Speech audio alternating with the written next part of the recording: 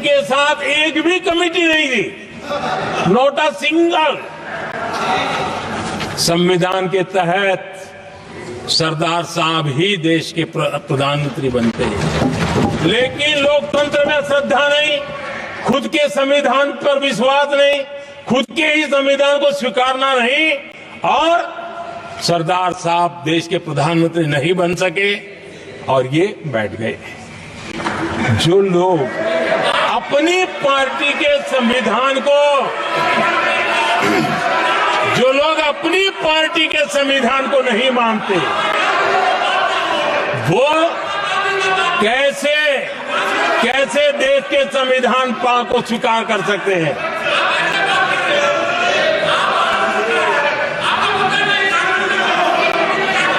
आदरणीय सभापति जी, जो लोग संविधान में लोगों के नाम ढूंढते रहते हैं, मैं जरा बताना चाहता हूं, कांग्रेस पार्टी के एक अध्यक्ष हुआ करते थे और वो अति पिछड़े समाज से आते थे। अति पिछड़े भी नहीं, अति पिछड़े समाज से आते हुए उनके अध्यक्ष श्रीमान सीताराम केसरी जी, कैसा अपमान किया गया। कहते हैं बाथरूम में बंद कर दिया गया, उठा करके फुटपाथ पर फेंक दिया गया।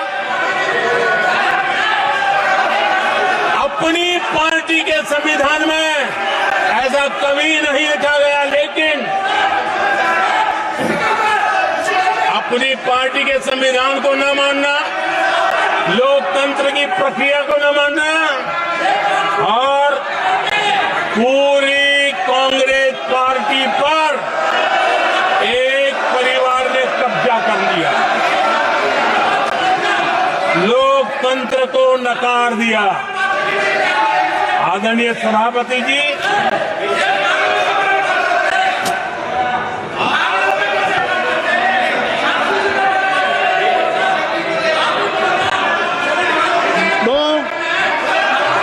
सदस्यों ने क्या क्या बोला था ठीक नहीं है।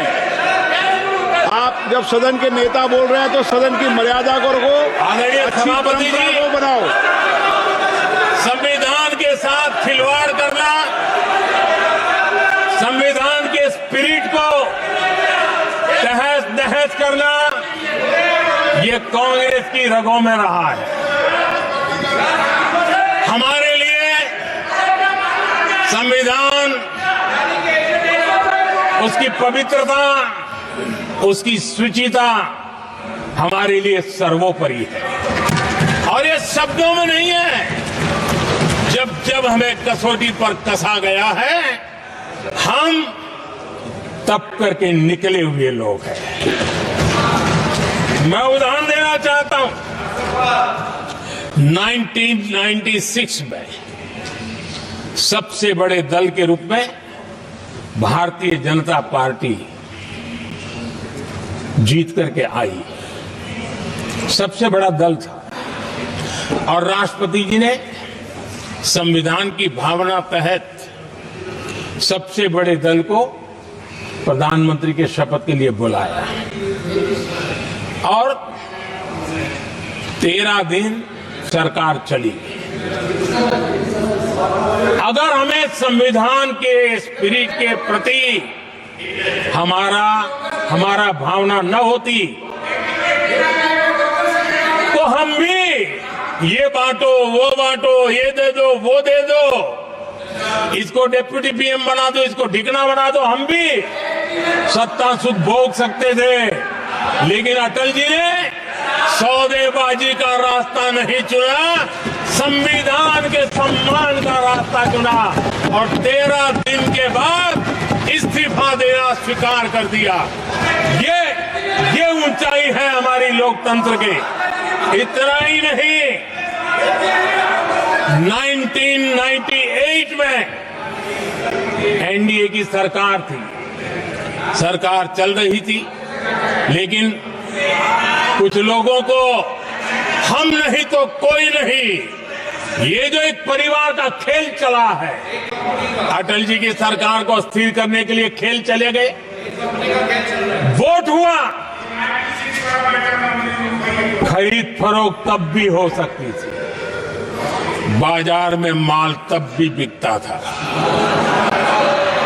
लेकिन संविधान की भावना के प्रति समर्पित अटल बिहारी वाजपेयी जी की सरकार ने एक वोट से हारना पसंद किया, इस्तीफा दिया, लेकिन असंवैधानिक कोई कृत्य नहीं किया।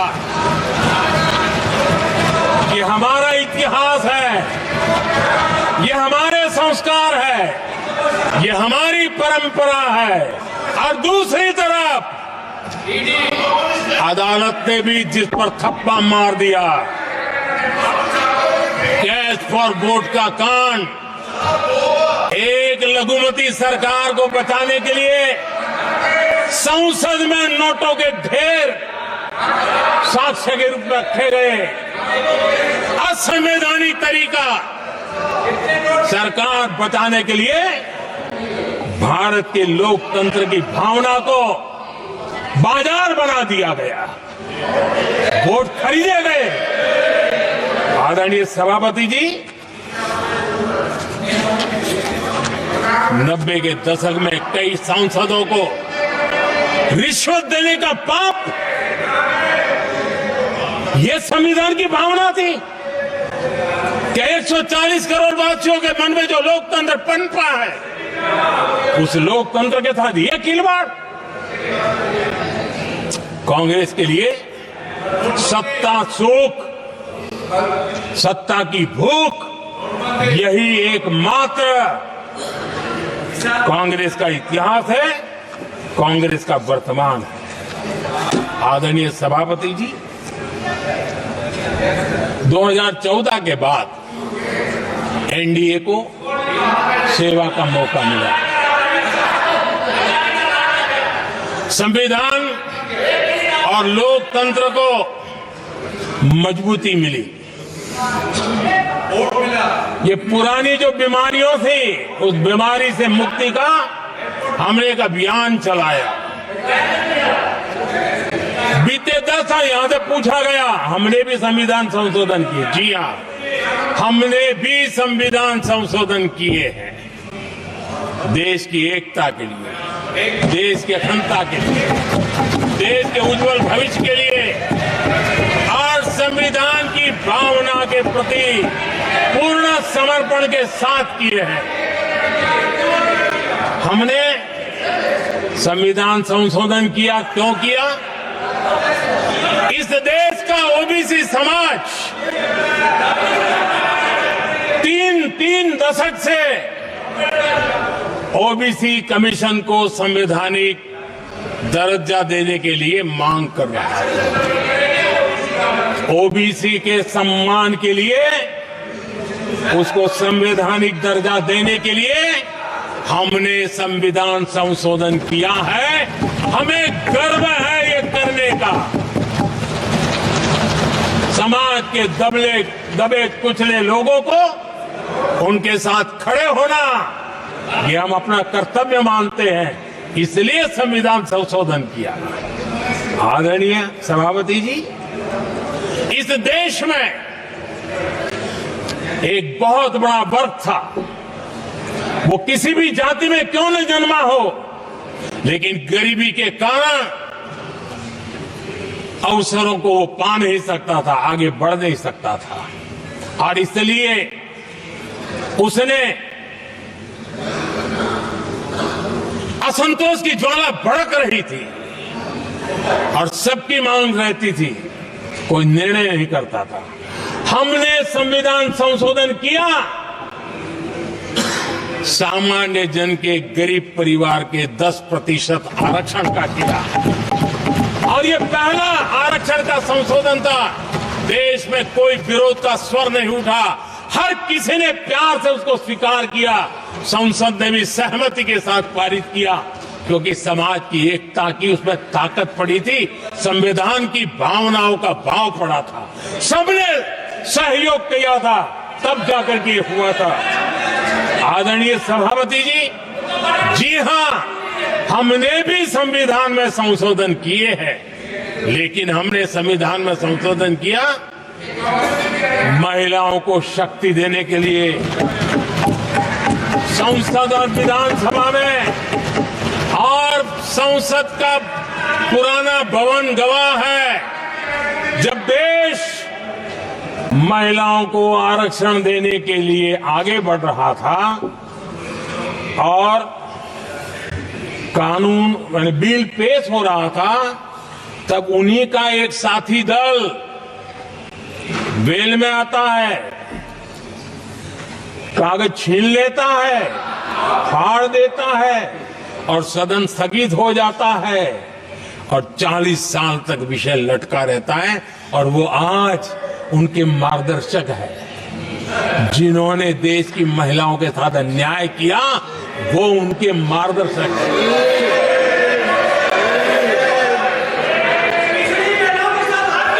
आदरणीय सभापति जी, हमने संविधान संशोधन किया, हमने देश की एकता के लिए किया। बाबा साहब आम्बेडकर का संविधान 370 की दीवार के कारण जम्मू कश्मीर की तरफ देख भी नहीं सकता था। हम चाहते थे बाबा साहब आम्बेडकर का संविधान हिंदुस्तान के हर हिस्से में लगना चाहिए, और इसलिए बाबा साहब को श्रद्धांजलि भी देनी थी, देश की एकता को मजबूत करना था। हमने संविधान संशोधन किया, डंके की चोट पर किया और 370 को हटाया। और भारत की सुप्रीम कोर्ट ने भी अब तो उसको मोहर लगा दी है। आदरणीय सभापति जी, हमने 370 का हटाने के लिए संशोधन किया। हमने ऐसे कानून भी बनाए। जब देश का विभाजन हुआ, महात्मा गांधी समेत देश के वरिष्ठ नेताओं ने सार्वजनिक रूप से कहा था कि पड़ोस के जो हमारे देश हैं, जहां जो माइनॉरिटीज है, वो जब भी संकट में आएगी तो उनकी चिंता ये देश करेगा।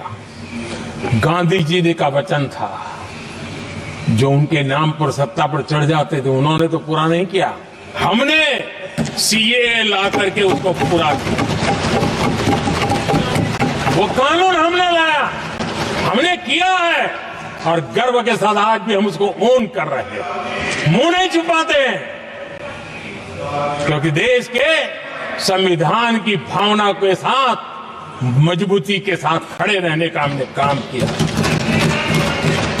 आदरणीय सभापति जी, हमने जो संविधान संशोधन किए हैं, वो पुरानी गलतियों को ठीक करने के लिए किए, और हमने एक उज्जवल भविष्य का रास्ता मजबूत करने के लिए किए हैं।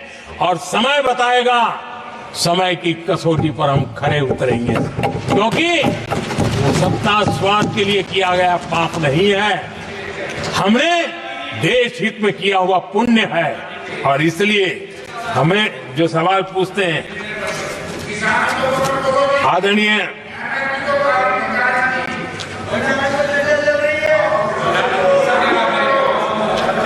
सभापति जी, यहां संविधान पर अनेक भाषण हुए,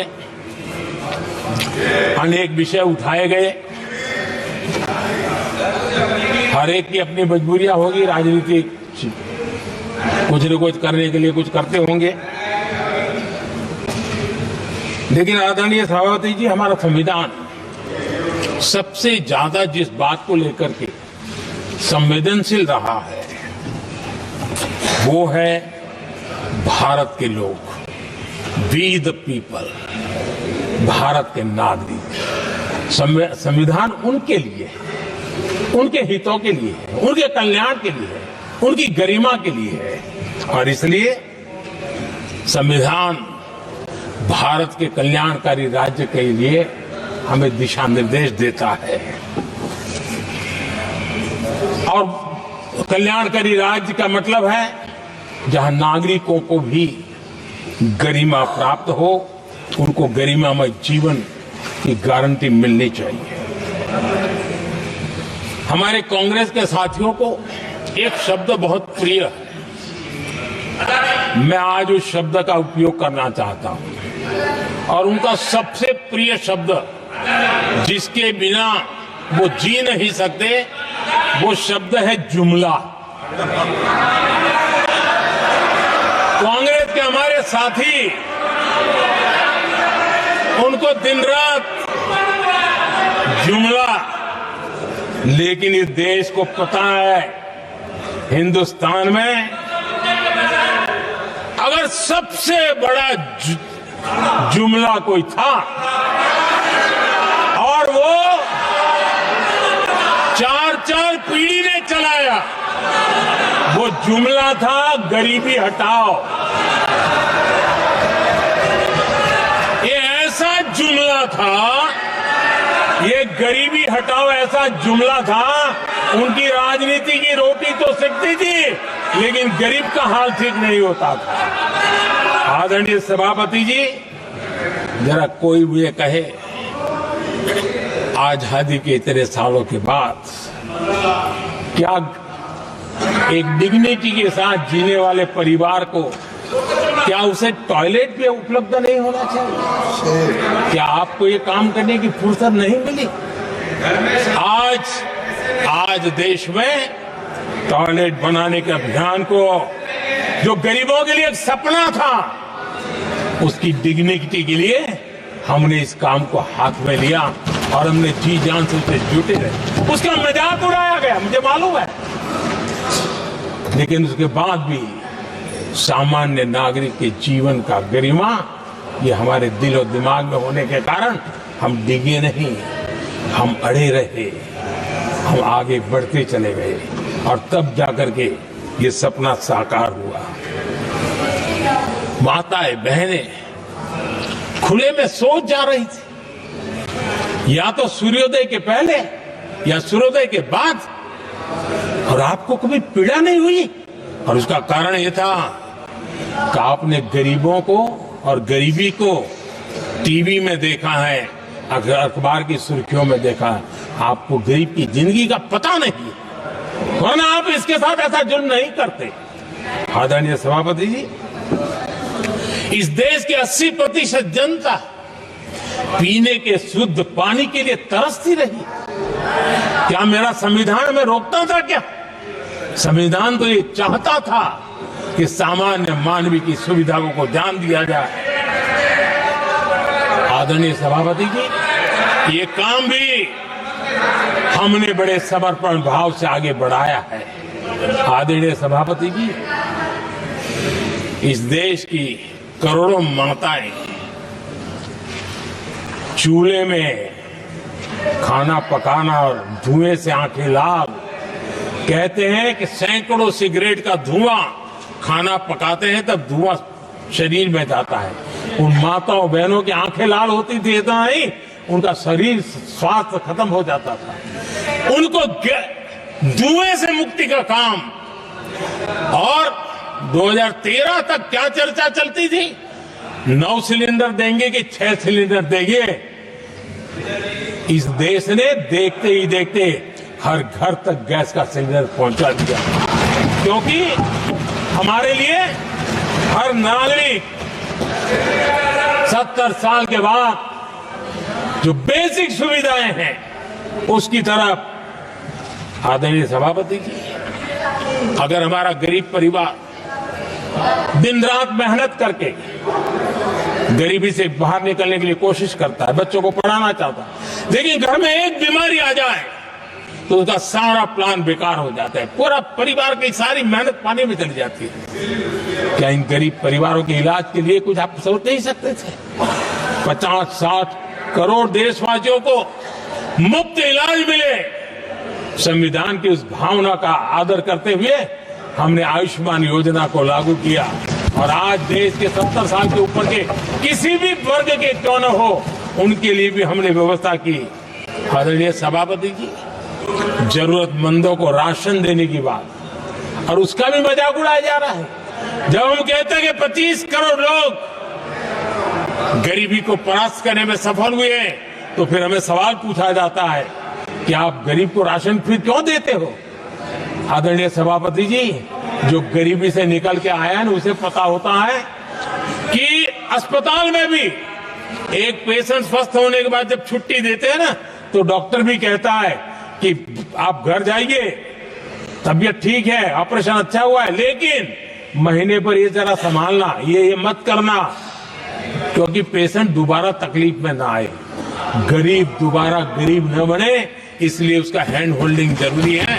और इसलिए हम मुफ्त राशन दे रहे हैं। उसकी मजाक मत उड़ाओ, क्योंकि हमें गरीबी से जो बाहर निकला है उसको दोबारा गरीबी में जाने नहीं देना है, और जो अभी भी गरीबी में है उसे हमें गरीबी से बाहर लाना है। आदरणीय सभापति जी, हमारे देश में गरीबों का नाम पर जो जुमले चले, उसी गरीबों के नाम पर बैंकों का राष्ट्रीयकरण किया गया गरीबों के नाम पर। लेकिन 2014 तक इस देश के 50 करोड़ नागरिक ऐसे थे जिन्होंने बैंक का दरवाजा तक नहीं देखा था। आदरणीय सभापति जी, गरीब को बैंक में प्रवेश तक नहीं था, ये पाप आपने किया। और आज 50 करोड़ गरीबों के बैंक खाते खोल करके हमने बैंक के दरवाजे गरीबों के लिए खोल दिए। इतना ही नहीं, ये एक प्रधानमंत्री कहते थे कि दिल्ली से 1 रुपया निकलता है तो 15 पैसा पहुंचता है, लेकिन उपाय उनको आता नहीं था। उपाय हमने दिखाया। आज दिल्ली से 1 रुपया निकलता है, 100 के 100 पैसे गरीब के खाते में जमा होते हैं। क्यों? हमें बैंक का सही इस्तेमाल क्या करना, बैंक का सही उपयोग क्या करना। माननीय सदस्य मोबाइल नहीं देखें। आदरणीय सभापति जी, बिना गारंटी के ऋण देश के अंदर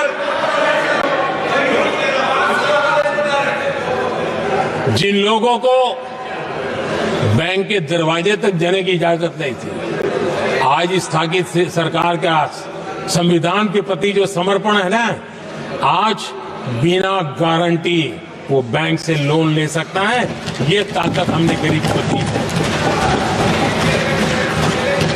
आदरणीय सभापति जी, गरीबी हटाओ का जुमला इसी के कारण जुमला बनकर के रह गया। गरीब को इस मुश्किल से मुक्ति मिले, ये हमारा बहुत बड़ा मिशन है और ये हमारा संकल्प है, और हम इसके लिए दिन रात एक कर रहे हैं। जिनको कोई नहीं पूछता, इनको मोदी पूजता है। आदरणीय सभापति जी, दिव्यांगजन हर दिन संघर्ष करता हमारा दिव्यांगजन, अब जाकर के हमारे दिव्यांग को फ्रेंडली इंफ्रास्ट्रक्चर मिले, उसकी व्हीलचेयर आगे तक जाए, ट्रेन के डिब्बे तक जाए। ये व्यवस्था दिव्यांगजन के लिए करने का हमारे दिल में तब आया क्योंकि समाज के दबले कुचले वंचित लोगों की चिंता करना हमारे मन में था, तब हुआ। आदरणीय सभापति जी, आप मुझे बताइए, एक तो भाषा के नाम पर झगड़ा करना तो सिखा दिया आपने, लेकिन मेरे दिव्यांगजनों के साथ कितना अन्याय किया। जो हमारे यहां साइनेज लैंग्वेज जो है, साइन लैंग्वेज की जो व्यवस्था है, खास करके मूक बधिर के लिए, अब दुर्भाग्य ऐसा देश का कि असम में जो भाषा सिखाई जाए उत्तर प्रदेश में दूसरी सिखाई जाए, उत्तर प्रदेश में सिखाई जाए महाराष्ट्र में तीसरी सिखाई जाए। हमारे दिव्यांगजनों के लिए एक साइन लैंग्वेज का होना बहुत जरूरी था। आजादी के 7 दशक बाद भी उनको उन दिव्यांगजनों की याद नहीं आई। एक कॉमन साइन लैंग्वेज बनाने का काम हमने किया, जो आज देश के मेरे सभी दिव्यांग भाई बहनों के लिए काम आ रही है।